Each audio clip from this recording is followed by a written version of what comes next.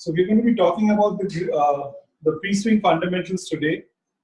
There are two aspects to golf. One is everything that you do before you make a swing, and the second is what you do during the swing. So everything that you do before you start your swing is called pre-swing. Now, pre-swing is extremely, extremely important because it's probably 90% of the game. Pre-swing is probably more important. It's about 80% of the game. So what includes pre-swing? Pre-swing includes the grip, the stance, the posture, the alignment, and the aim. So everything that you're doing before you hit a golf ball is about 80 to 90% of the game itself. So we are going to, and this is something that you can do at home, and you can have a setup as good as Tiger Woods or the best player in the world without even being a golfer. And if your setup and your posture and your grip is correct, chances of hitting the golf ball well is always a lot more. So even if you don't have, there are some of you who probably didn't have time to even take their golf clubs back to their house. So for them, you could just pick up anything, pick up a ruler, pick up a stick, pick up anything that's, you can roll up a newspaper also. So even if you don't have a golf club at home, you can always work on your setup, pre-swing fundamentals. So we're going to start with the grip. The grip is the single most important factor in golf. So the grip is the only contact with your golf club, and if the grip is not correct, then you're not going to be able to hit the golf ball straight, nor will you be able to generate power. So what are the important factors in the grip? The first factor is that the grip is in relation to the club face. So the grip and the club face have to be in sync and they have to be square to each other. And how do we do that? So when we have a club, the club is placed on the ground, the club has to be aiming at the target. Can you put the thing down on the club? Yeah. So the club face has to be aiming at the target, and then we're going to go on to the grip. We first put the left hand on. So when the left hand comes on, it's hanging naturally, and it just comes onto the club, and you should be able to see two knuckles. These are the knuckles, so you should be able to see two knuckles when you look straight down. That's your left hand grip. Then your right hand, as though it's blessing the target. So your palm is facing the target. The right hand comes and grabs the club, where you create a V, and this V is actually pointing at your right shoulder. So this V is pointing at your right shoulder. So this is the perfect grip, and this grip will help you deliver the club square to the ball. Now, what's a strong grip? People think a strong grip is a grip where you hold the club too tight. That's not a strong grip. A strong grip is for a right-handed golfer when your hands are too far turned to the right, or your right hand is also too far open this way. So this strong grip creates the club head to close at impact. The same way, a weak grip is when your left hand is turned too far open. You can barely see any knuckles. Your right hand is on top of the club with the V pointing at your chest. That's also basically creating an open club face at impact, and the ball is going to slice. Now, there are golfers with a strong grip who hit a fade, or with a weak grip hit a drop, but then they're making a lot of compensation. So I'm going to give everyone a chance to, if they have any questions, to type in their questions, and I'm going to try and answer that, and then we'll go on to the posture and the alignment. Is there any questions? How tightly do you want to grip? Okay, so that's a good question. So the grip pressure. The grip pressure should be anywhere between a scale of 1 to 10. 10 being the tightest, you're squeezing the life out of it. 1 where the club is basically flying out of your hand. So the grip pressure ideally is about 4 to 5. So you're holding the club as though you're holding a toothpaste tube with the cap open. So the cap is open and you're swinging a toothpaste tube. You're not squeezing the toothpaste out, nor is the toothpaste coming out, nor is the toothpaste tube flying out of your hand. So that's the grip pressure that you're looking at. So the grip pressure when we look at the grip pressure, it's also the wrists. The wrists have to be extremely supple. So people think that, oh, I have to make myself stiff, then only the club will come square to the ball. That's not true. There are a lot of scientific reasons. So even if you let your hands go totally wobbly like this, and you're hitting a golf ball, if the grip is square and neutral, the club is always going to come back square and neutral to the ball. So you don't really need to put a grip to really hold the club tight, because if you hold the club very tight, you're going to lose a lot of club head speed. And that's not something that's good, because the tighter you hold the club, the slower that body part becomes, because the muscles tighten and it cannot generate speed. So the entire golf action is like a slapping action, or it's like a throwing action instead of something like a punching action. So when you're making a slapping action, you want to create more of a clap, more of a sting. It's not like a punching action, it's more of a stinging action. That's exactly what you're looking for in a grip. Now, if there are no questions on the grip, then we go to aim and alignment, and then we go to posture. I'll just repeat. Anybody willing to ask any question, please type it out in the chat box. Please type it out in the chat box. So there's a chat box. Tween, if you can just tell everyone whether it's a computer or from the phone, where the chat box is. So if you're switched on from your laptop or computer, the chat box will be at the bottom, just beside the shared screen option. And if you're switched on from your mobile device, the chat option will be within the participants option. You need to step back.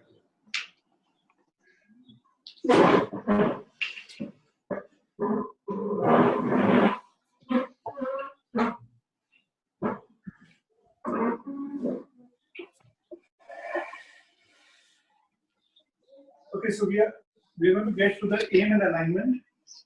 So there's a difference between what we call aim and what we call alignment. Aim is basically what we are aiming, where we are aiming the club, and alignment is where our body is. Now, the reason why aiming and aligning in golf is extremely difficult is only because, like in very precision sports, whether it's snooker, billiards, or whether it's firing a gun, our eyes are directly over the barrel. Imagine if you had to fire a bullet with your eyes being here and the gun being here, it would be virtually impossible for you to know whether you're taking dead aim or not. And that's exactly what happens in golf, and that's why golf is so difficult. And even the best player in the world, if he has one problem, which is common amongst the top players in the world, that's how they're aiming and aligning, because they're never sure. And that is one of the reasons why professional golfers, even top players in the world, guys like Nick Faldo and all, got their caddies to align them from behind. So how do we aim and align? So when we want to aim and align at a target, one is we are never sure. So the best way to create a good aim and alignment is to have good practices. So whenever you practice, put down clubs or put down an alignment stick. So always make sure that when you're taking aim, the first thing that goes down is the club head. So whenever we are aiming, the club head needs to first go at the target. Once the club head goes at the target, then our feet, the body, the shoulders, everything else gets on the target. So we have to make sure that before we do anything with the body, the biggest mistake golfers make is first they stand and then they put the club down. And you've already stood somewhere which is not correct. So the best way to aim is to first put the club down. If you watch the top 100 players in the world, every single golfer aims this way. So either their feet are together or their right foot is forward. And the reason being, there are particular reasons why people aim this way. So some pros, you will see, put the club down and put the right foot forward. Some of the pros put both the feet together. Now, there are pros and cons for both. The reason why some pros but they both put the club head first. So the club head goes first, then the right foot goes here, and the left foot is behind. Now, the reason why they do it this way is when your right foot is ahead and your left foot is behind, your chest is aiming at the target, and it's easier to see the target. The reason why some players aim like this with their feet together is because then for them to get the ball position correct becomes easier. So both the alignments have pros and cons. Okay, so let's get back to taking aim. So the first thing we're going to do is we're going to put the club head down, make sure where the club head is aiming, and then we put our feet and our shoulders and our hips in line. Now, our body doesn't aim at the target. Our body aims parallel to the target. So the reason why I put down these two clubs, if you can put the camera down, is because this is like a railway track. The club head is on one track and my feet, my body is on the other track. And these two lines never meet. So they're running parallel to each other. So when I'm putting the club down and I'm putting my feet, I'm opening up my feet, they are running parallel to each other. It's a different thing when I'm playing a fade or a draw. Because when I play a fade or a draw, then I'm changing my alignment and I'm not aiming at the target, but I'm aiming left if I'm playing a fade, or I'm aiming right if I'm playing a draw. So that's a completely different thing. We'll probably do that when we do the next session, because now we've got 3 weeks to do a lot of sessions. Any questions on aim and alignment? What are the slides and you? What is a slice? So why does slice happen? Why does a slice happen or a hook happen? A slice or a hook happens when the club face is not square to the path it's moving. So when the club face has to be moving square to the path it's moving. So if the club face is open to the path, then it creates, the difference creates a side spin on the ball. The ball spins at an angle and the ball starts going right. The same way, if the club face is close to the path, the ball is going to hook to the left. So the club face decides. So generally when you slice or hook the ball, it's probably because your grip is not correct. It can also be if you're aiming incorrectly. So if you're going to be aiming subconsciously without knowing if you're aiming left, the ball will automatically slice because you know that the ball has to go more right than where you're aiming. Subconsciously, you don't know consciously that you're aiming left, but it's like if I had to throw a ball, no matter where I kept my body, I would throw the ball where I want to throw it. So if my body was like this, I would throw the ball this way. If my body was like this, I would throw the ball this way. But I would still throw it towards my target. And that's exactly what happens if your aim and alignment is wrong. If your aim and alignment is wrong, your swing is always going to be wrong. So now you understand how important the grip is and how important the aim and alignment is. Is there any other questions? How do we make the draw correctly? Okay, so how do you hit a draw correctly? Ideally, again, you need to create a difference between the club face and the path. So first I will explain you technically, and then I will just try and show you how it's done. So basically, what we need to do is we need to make sure that this club face is close to the path it's moving. So in order to do that, sometimes we can make the grip a little stronger. Sometimes we just change your alignment to the right and we keep the club head aiming towards the target. So to hit a draw, I would probably be aiming right, but keeping the club head to the target and swinging along my path. So basically, we have to make sure that there's a difference between the face and the path to create a curvature in the ball. And how we do it is going to be individual and different for different people. But scientifically, you cannot move the ball unless there is a difference between the face and the path. And we're going to talk about gear effect also in the next session, where how hitting different parts, hitting the ball on different parts of the club creates a curvature on the ball. So coming back to the pre-swing principles, the third most important thing is the posture and the setup. So this is again a very, very important thing, and people don't understand how to set up over the golf ball. And after that, we're going to talk about the ball position. So if you're going to be setting up over the ball, Is there any other questions? What should be the distance between the ball and the player during stance? Okay, so I'm going to answer the distance between the ball and the player now, because this is a part of the setup. Is there any other question? Okay, so what is a setup? Now, setup, most people stand over a ball and they bend. They bend because they feel that they have to bend. So in golf, you actually don't need to bend. The only reason we bend is to reach the golf balls. So let's see if we stood straight. Whatever may be the length of the club, I can't reach the ground. If I'm holding my grip correctly, I cannot reach the ground. So in order to reach the ground, we bend. So we don't bend because we have to bend. So in order to reach the ground, I bend. Now what happens if I bend only from my waist? If I bend only from my waist, what's going to happen is my weight gets on my toes. And if my weight gets on my toes, I will fall forward.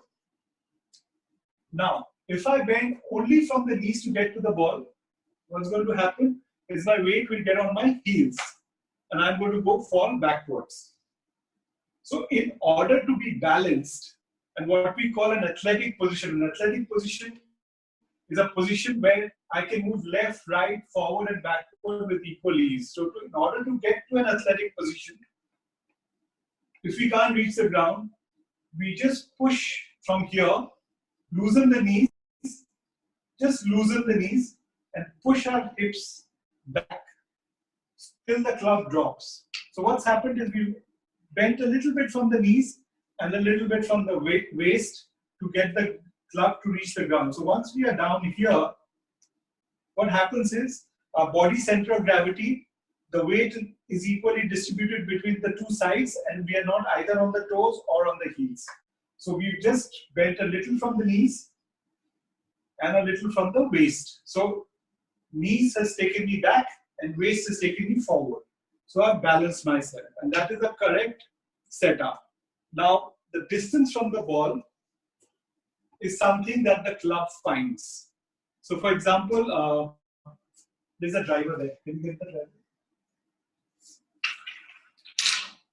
So, how far should we stand from the ball? That's a question that I get asked almost in every session especially with club golfers. So, let's see.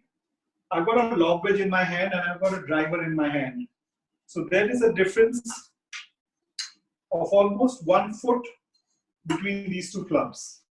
Okay, so there's a difference of almost 1 foot between these two clubs. So should I stand further away from the ball?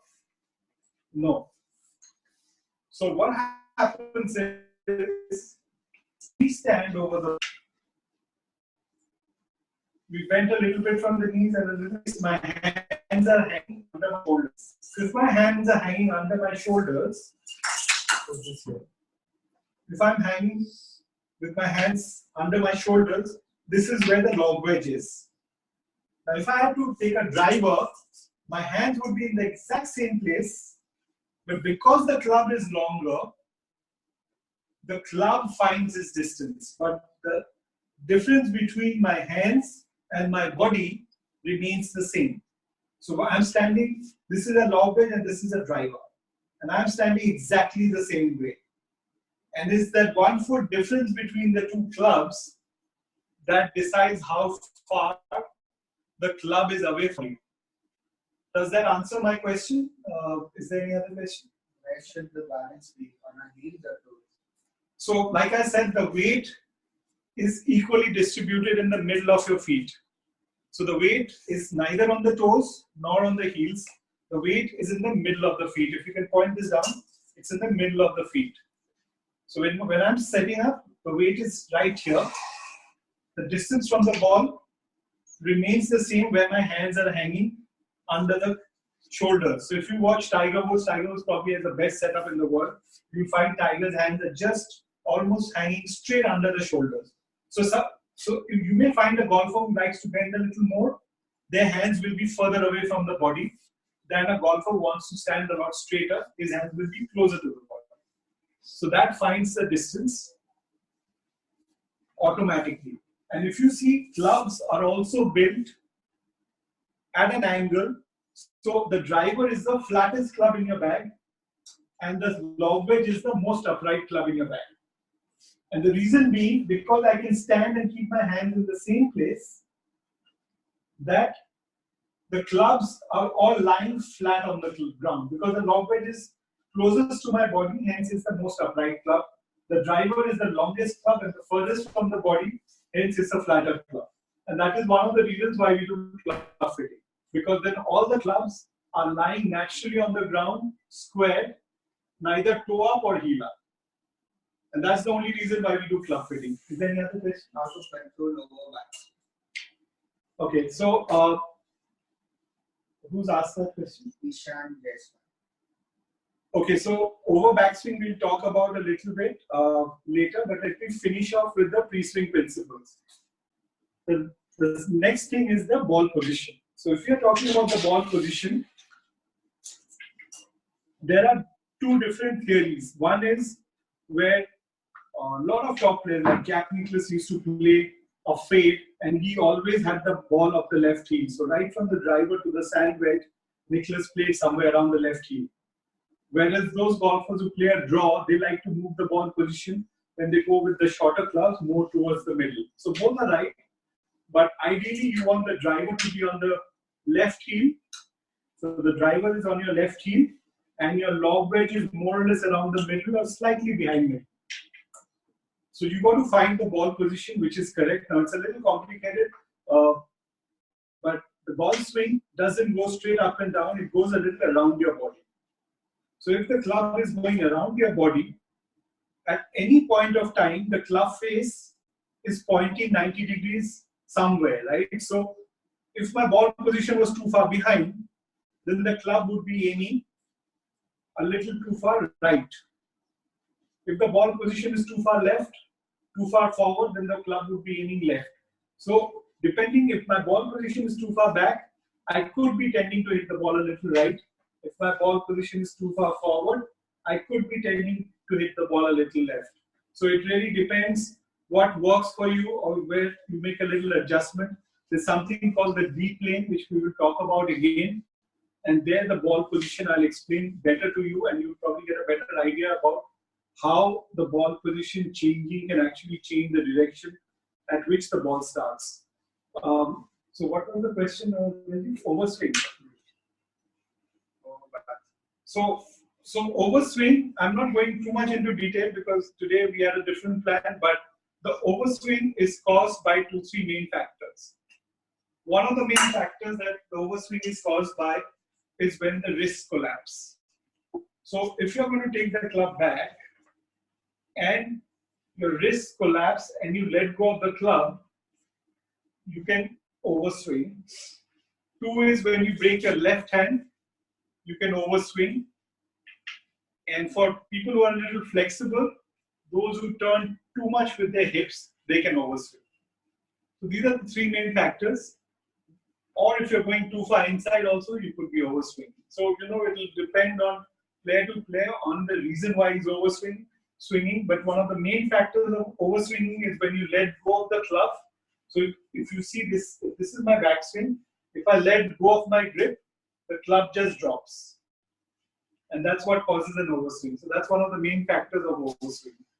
Is there any other question? What is the perfect tee height for a driver shot? Okay. So the question is, what is the perfect tee height for a driver shot? So there's nothing known as the perfect tee height. Today, when we have the launch monitors, we actually know that at different swing speeds, there is an optimum launch angle. That's why people who hit the ball short prefer higher lofted drivers. Those golfers who hit the ball really far prefer lower lofted drivers because they have a different optimum launch angle. The reason why I'm talking about this is coming to the tee height. The tee height obviously decides how you launch the ball. The modern driver is built in such a way, because of the bigger heads, you actually need a higher launch angle. And the higher the launch angle, the lesser the backspin that's put on the ball. So the whole idea about hitting a golf ball far is basically hitting the ball high with lesser spin. So that is what you're aiming at when you're hitting a golf ball, trying to hit a ball far. So it's not only about at what angle you're launching it, but it's also the spin. So the lower you go with the tee, the more backspin is put on the ball. And more backspin you put on the ball climbs up more, and the lesser it travels forward. So basically we're losing. So coming back, what is the correct angle? Generally, as a thumb rule, you want more than 50% of the ball above the driver head. So if I have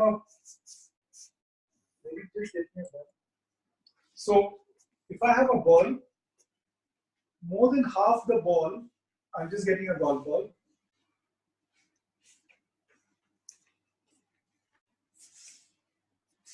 So if this is a golf ball, I would want the golf ball at least at this height. I would want the ball at least at this height. Anything lower is going to create more spin on the ball. Hence, I want the ball to be a little higher. This is the middle of the ball, so I would want it a little higher than that. And then there's some golfers who want it really high because they want to sweep the ball a little more. So higher you tee it up, the chances of the ball going left. So there's one more trick that professional golfers use is when there's trouble right, like if you're playing the Tolly fifth hole and you have trouble on the right, you would want to tee up a little higher so that the ball has lesser chances of going right. And then if I don't want the ball to go left, like say for example, RCBC first hole, then I would tee it up a little lower, and then the ball doesn't go left and it has a tendency to leak out more right. So playing with the tee height can also help you move the ball, keep trouble away, keeping your ball away from the trouble. Anything else? How does foot action affect our long shots? Foot action, footwork. Right. Who's asked that question? Okay. So foot action, while we were growing up, we were all taught weight shift. Right, so we had decided we are only going to do pre-swing, but I guess we are doing everything. So what we'll do is now we'll make this a question-answer session. So if anyone has questions, just type it in and I'll try and answer. This session is on till about 4:30 or 4:40. So we are talking about footwork, right? So when we were growing up, we were taught that you had to transfer your weight. Right, so we try to transfer our weight, and all our lives we played golf, saying that we have to move forward. And what we thought was that to get our weight to the left side, we had to sway. But what we understand today is weight transfer is nothing but rotation. So those who really want to understand weight transfer, I would like you to stand up, stand on your feet with your feet apart, and put 50% of your weight on 50-50 left and right foot and try and stay balanced. Now, all I want you to do is, without transferring your weight, I just want you to rotate like in a follow through and look towards your target if you were hitting a ball. Just rotate. You will see that you've transferred 80 to 90% of your weight. Now, what's happened? When we rotate, the entire weight from the right side gets over the left leg and the weight transfer happens. So the correct weight transfer is basically rotation. So when we're talking about weight transfer, we're talking about nothing but rotation. So we're looking at a belt buckle, trying to look at the target, and that's perfect rotation. So if I had a knife or a nail sticking here, and I wanted to rotate by swaying, this dagger or the nail would go into my hips, and that's not correct weight transfer. Correct weight transfer is when I rotate and the weight automatically gets transferred. So that's correct weight transfer. So if you just stand and just turn towards the target, you'll automatically see that your weight has gone onto your left side. Any other question? Is the type of shot weights that are affected by the grip? Who's asked that question? So the grip is the single most important factor that affects the curvature of a ball. understand curvature, when the ball, there are 14 principles, and whether you're doing stack and tilt, whether you're doing different kinds of moves, different teachers, different schools, but the principles don't change. It's like the laws of physics, right? So it's like the law of gravity. Anything that goes up has to come down as long as you're on Earth. So the same way, when we are talking about the principles, these principles don't change. How you use the principles changes. So out of the 14 principles, the 3 principles are the pre-swing principles. That's the grip, that's the stance and posture, and the alignment. And if you have these 3 things correct, trust me, 80% of the battle is won. So, if as a teacher, you have a guy who's never played golf and you get him to stand like a professional golfer, he's already 80% of the job done. Because once you are set up, grip, posture, stance, alignment, everything is correct, you kind of put yourself in a slot and there's nothing much wrong you can do. So, for example, if I had a setup where I was standing this way, the swing would go like that. If I had a setup where I'm like this, my swing would go here. If I held my hand, left hand up and right hand this way, my swing would go inside. If I had a grip which was very strong, then my follow through would have to be this way. If I had a grip which was very weak, I would have to rotate my hands to square the club face. Same way, if my alignment was too far left, I would have to cut across the club, cut across the ball to hit the ball to the target. Same way, if I was aligned too far right, which most club golfers do, if they tend to aim too far right, then I would have to come over the top and pull the ball to the target to hit it to the target. So the 3 pre-swing principles are extremely important, and it's 80% to 90% of your game. So we just run by it once before we end this session. So we go to the grip. The first thing about the grip is the club face. So the club face. So the club face has to aim at the target. What's the time, baby?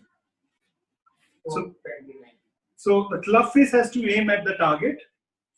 Then my left hand comes on, so my hands are hanging naturally, and it just comes there. To take a grip this way is wrong. Never ever take a grip this way. The grip should be taken with the hands hanging and coming down naturally onto the club. I should be able to see these 2 knuckles. My right hand comes again, it's hanging naturally, and it just comes and joins the left hand, and this V is pointing at my right shoulder. So now, when I take my grip, what we haven't spoken about is the 3 kinds of grips. So the 3 kinds of grip is obviously, one is the interlock, which is this. Then we have the overlap, which is this. And then we have the 10 finger, which is this. Now, what's the difference? Now, the reason why interlock for some people is difficult is because if you have really long fingers, then when you interlock the fingers don't kind of match when they interlock. But interlock grip is generally used by the longest players in the world. So all the golfers in their eras who were very long use the interlock grip. You look at Jack Nicklaus, who's probably the greatest golfer ever, used the interlock. You see Tiger Woods, he's used the interlock. But then you have people like Nick Faldo, who have got huge hands, really big hands. For them, interlock was a little difficult, so they used the overlap grip. So this was their overlap grip. And then we have people with really small hands who find it difficult to, lock their fingers in any way, and they tend to hold the club with a 10 finger. So when we have 5-year-old, 6-year-old children coming for golf, we don't go into any of the other grips, but we just make them hold a 10 finger grip. So that's the grip. The grip pressure, you have to remember, has to be on a scale of 1 to 10, around 4 to 5. The wrists have to be nice and loose. We're talking about aiming and alignment. We first always aim with the club head. So there is no golfer in the world, any tour you may watch, where he stands and then puts the club down. It's always the club first, then the feet. Always the club first, then the feet. Whether you like to put both your feet together or whether you want to put the right foot ahead, it's always the club head and then the feet. So that's how you take your setup. And then the bending part of it, don't worry about how far you should stand from the ball. Everybody's distance is different. So you cannot be thinking that, oh, I have to be 6 inches away, or I have to be 5 inches away, or I have to be 3 inches away. There is no fixed distance from the ball. Is there any questions? How much will I transfer my weight in my backswing? Okay, so I will answer that. So let me finish here. Is there any other question? What should be a ball position for long line? That's it too. So hold that. Okay, so when I'm standing over the ball, I'm not worried about the distance. When I bend enough from the knees and enough from the waist, wherever the club drops, that's the distance from the ball. So if the club drops and the ball is a little away, just move closer to the ball or just move away from the ball. But don't change that distance from the ball. Wherever your hands are hanging naturally, your knees are slightly bent from the waist, that's exactly where the ball goes. That's the distance from the ball. So if you're playing with longer clubs, automatically you get a little further away. But your hands are not going to be further away from the ball. Okay, they just run me through the last 2 questions before we finish. How much will I transfer my weight in my backswing? So, like I said, we talked about the follow-through weight transfer. On the backswing, basically what we are doing is we are reducing our hip turn and we are trying to turn with the shoulders. So there's something called an X factor, which I will go into detail in the next class. But just remember one thing, that if I turn my hips 30 degrees, my shoulders have automatically turned 30 degrees. So what is my shoulder turn? 0. But what happens with us is we tend to turn our hips, say about 40 degrees, and then the shoulders turn about 90 degrees. So the X factor is actually only 50 degrees. So I have only created a turn of 50 degrees. So if you see all the long hitters, they have very less hip turn and more shoulder turn. So if my hips turn only about 20 degrees and my shoulders turn about 110 degrees, then my X factor is 80 degrees. And the more the difference between the hip and the shoulder, the tighter the turn, the longer you're going to hit. So when someone said that how much the weight will be transferred, there is no rule. But what you're trying to do is have less hip turn, more shoulder turn, until wherever your hands can reach up, your weight automatically gets transferred, and it's probably 60%, 70%. Someone may say 75%, but there's nothing fixed. So till your hands can travel up, you're there. But you're not going to break your arms or you're not going to break your wrist to take the backswing further. So that's basically a correct backswing. What is the other question? What should your ball position be for long line? That was the second question. Okay, so the ball position for long irons, like I said, it's a little personal, but if you are going to put the driver on the left heel, I'm going to go slightly inside with the 3 wood and the 5 wood and the long iron. So probably a couple of inches inside the left heel is where you want your long iron. Now there are very few people who actually have long irons in their values question.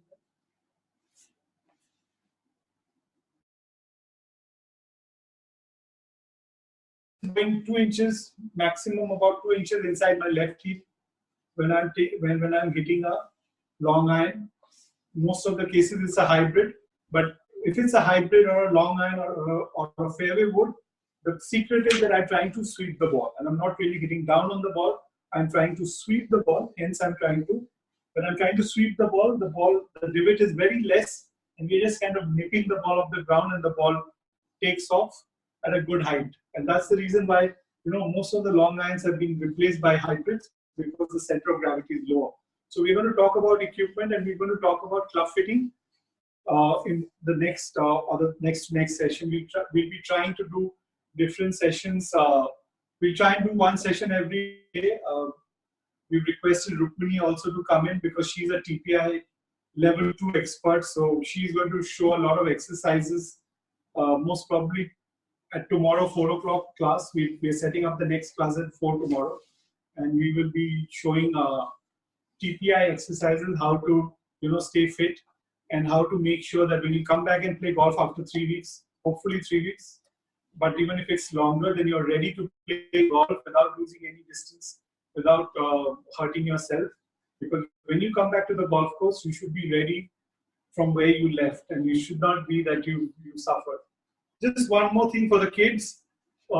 You obviously most of you won't have gardens in the house, but you would have a ball in the house.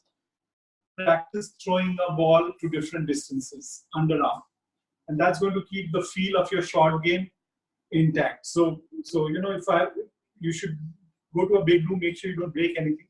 Try not to do it with a golf ball. So kids, if you break mirrors, your parents are going to come running after me. So don't do that. But if you've got a tennis ball or one of those squeeze balls, try throwing the ball underarm to different distances. So you can put like a coin, or you can put a little box or a little ring or something and put a target and try to throw it into the target underarm, and try changing that distance from different places, and try and throw it into the ring. And what it's going to do is it will keep your feel intact. So tomorrow's session is going to be on fitness.